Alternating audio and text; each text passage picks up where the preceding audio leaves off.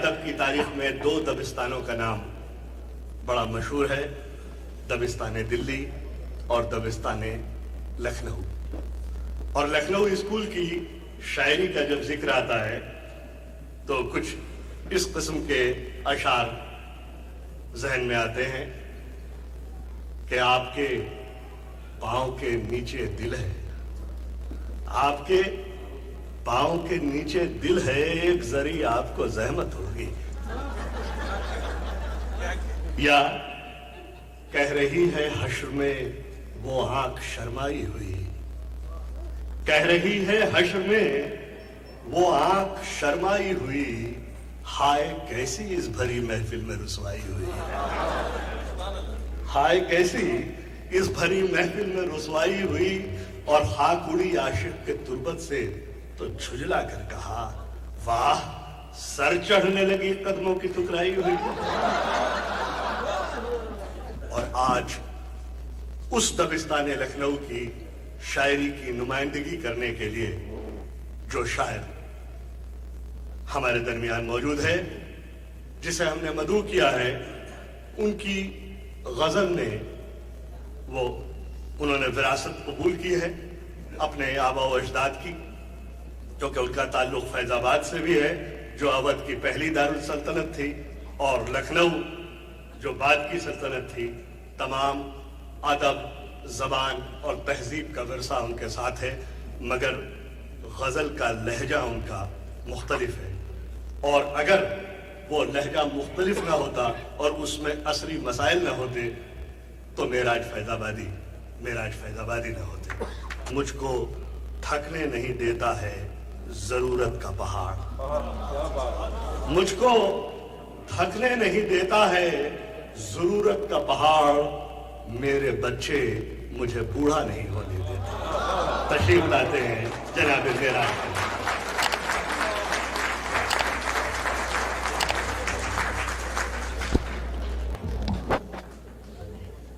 خواتین و حضرات، اس سے پہلے کہ میں اپنے اشعار آپ کی عدالت میں پیش کروں، پرویز جعفری سے مجھے 2 گزارشات کرنی ہیں. پہلی تو یہ کہ جب عشرت رافین پڑھ رہی تھیں تو یہ اٹھ کے اللہ جانے کہاں چلے گئے تھے. دنیا کے کسی پینل کوڈ میں یہ نہیں لکھا ہے کہ اپنی اہلیہ کی شاعری پر داد دینا جرم ہے. پرویز جعفری کو یہاں موجود رہنا چاہیے تھا. دوسری بات یہ کہ نظامت، انتظامات، اس سب مصروفیات کے باوجود ہم یہاں یہ امید لے کے آئے تھے کہ ہمیں پرویز جعفری کے شعر بھی سننے کو ملیں گے. تو ابھی مشاعرہ پہلا دور ختم نہیں ہوا ہے، میں اس سے زیادہ کچھ نہیں کہوں گا، آپ جانیں اور پرویز جعفری جانیں. میں اشعار پیش کر رہا ہوں، اور یہ سچ ہے کہ آج جتنی جاگتی ہوئی اور جتنی پڑھی لکھی سماعتیں نصیب ہوئی ہیں، ایسی سماعتوں کے سامنے کہیں یہ سوچنا پڑتا ہے کہ کہیں بعد میں یہ احساس نہ ہو کہ شعروں کے انتخاب نے رسوا کیا مجھے. تو آپ کی سماعتوں کو سلام کرتے ہوئے جب اپنے آپ سے اعتماد اٹھ جائے تو پھر ادھر مخاطب ہونا پڑتا ہے.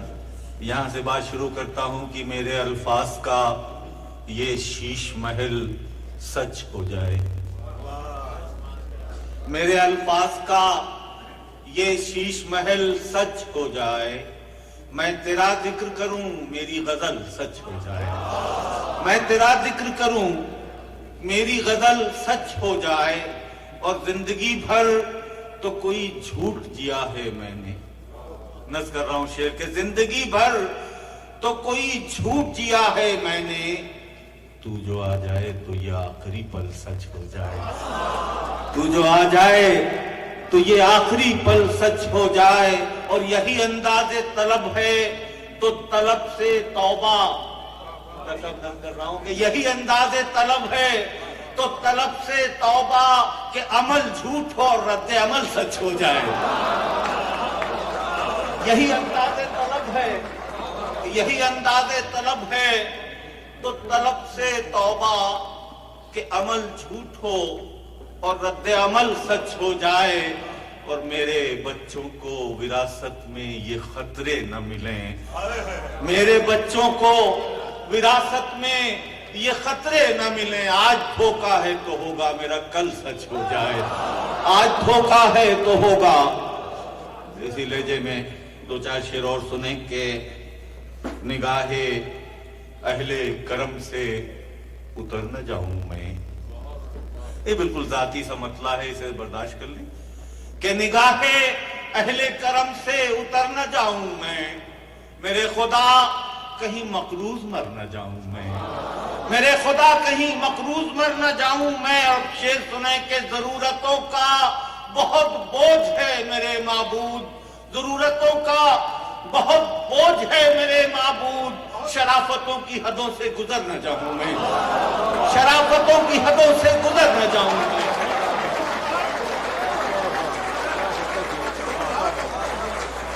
ضرورتوں کا بہت بوجھ ہے میرے معبود، شرافتوں کی حدوں سے گزر نہ جاؤں میں خشک ریت ہوں اور آندھیوں کی زد پر ہوں، مجھے سمیٹ لے مالک بکھر نہ جاؤں میں خشک ریت ہوں اور آندھیوں کی زد پر ہوں، مجھے سمیٹ لے مالک بکھر نہ جاؤں میں۔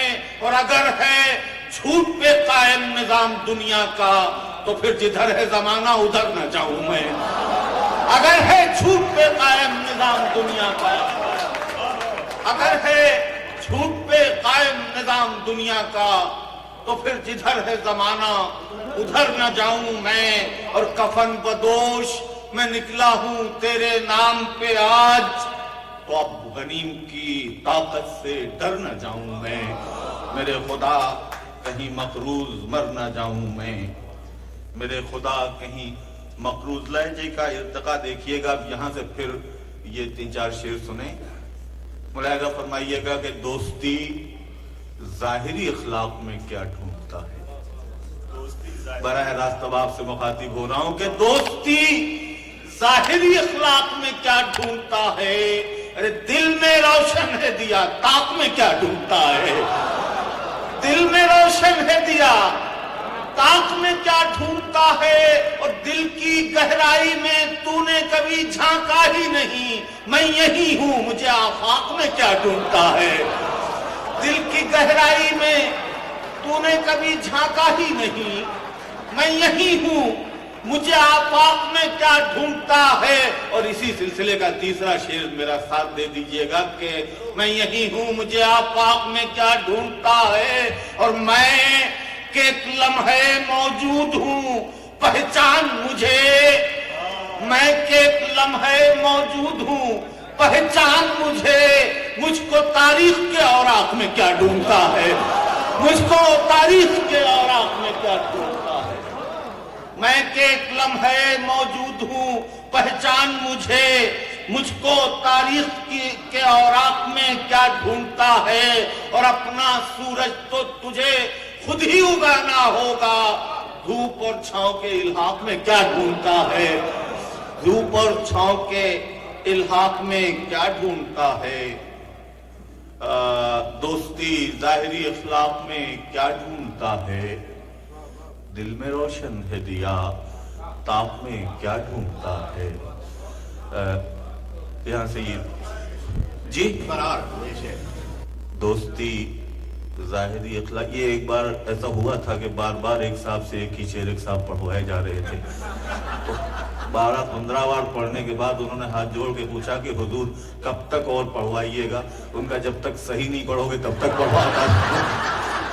تو اگر ایسی کوئی بات ہے تو آپ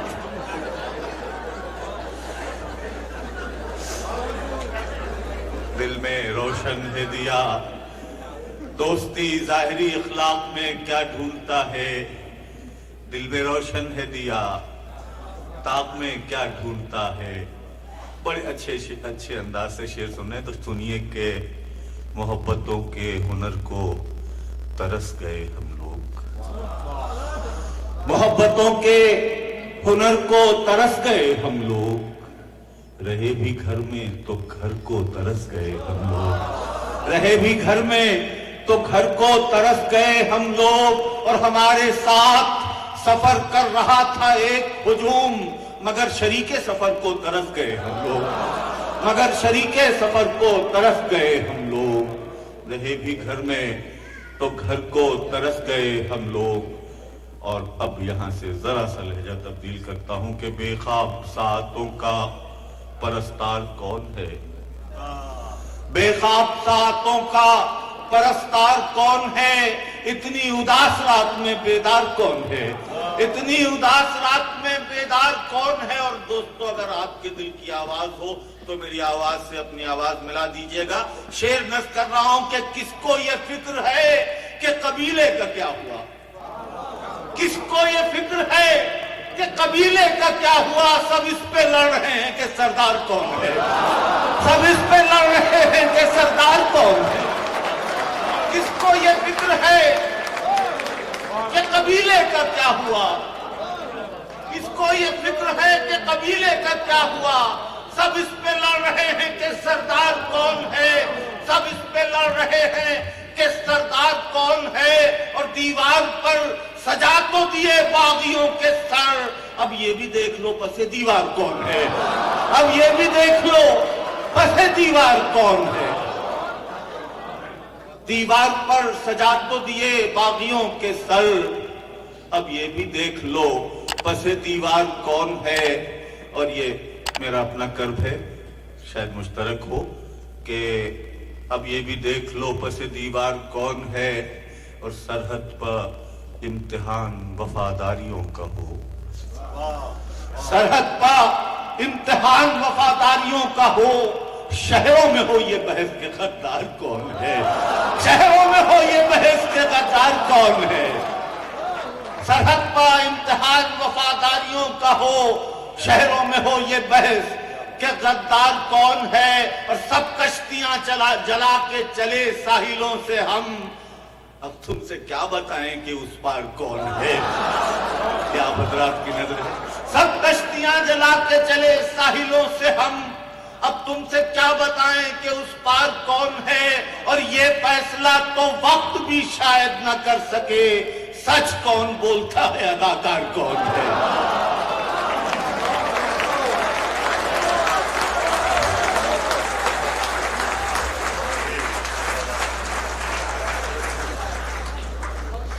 یہ فیصلہ تو وقت بھی شاید نہ کر سکے، سچ کون بولتا ہے، اداکار کون ہے۔ سنیے گا کہ دکھ سکھ کی دھوپ چھاؤں سے آگے نکل گئے، ہم خواہشوں کے گاؤں سے آگے نکل گئے۔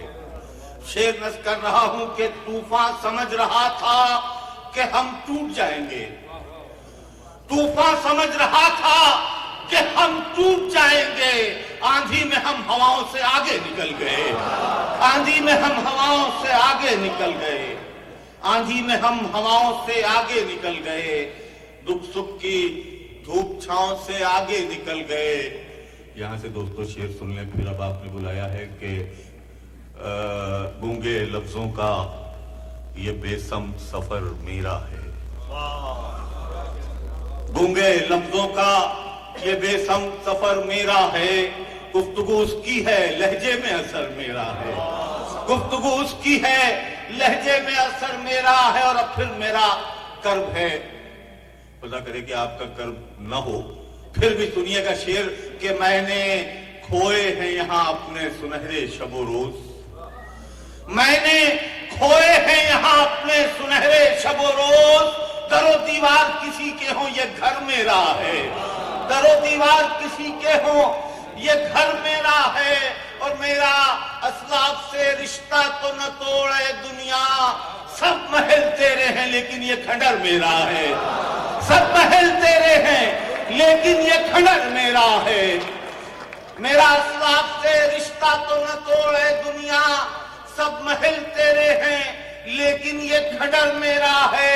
اور دور تک دار و رسن، دار و رسن، دار و رسن، ایسے حالات میں جینا بھی ہنر میرا ہے، ایسے حالات میں جینا بھی ہنر میرا ہے۔ دور تک دار و رسن، دار و رسن، دار و رسن، ایسے حالات میں جینا بھی ہنر میرا ہے۔ ایسے حالات میں جینا بھی ہنر میرا ہے. اور اب یہ آخری شعر دوستو, کچھ نہیں کہوں گا. شعر سنیے کہ جب بھی تلوار اٹھاتا ہوں کہ چھیڑوں کوئی جنگ, جب بھی تلوار اٹھاتا ہوں کہ چھیڑوں کوئی جنگ, ایسا لگتا ہے کہ ہر شانے پر سر میرا ہے, ایسا لگتا ہے کہ ہر شانے پر سر میرا ہے.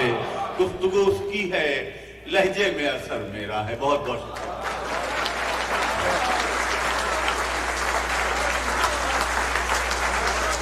یہ تھے جناب معراج فیض آبادی صاحب.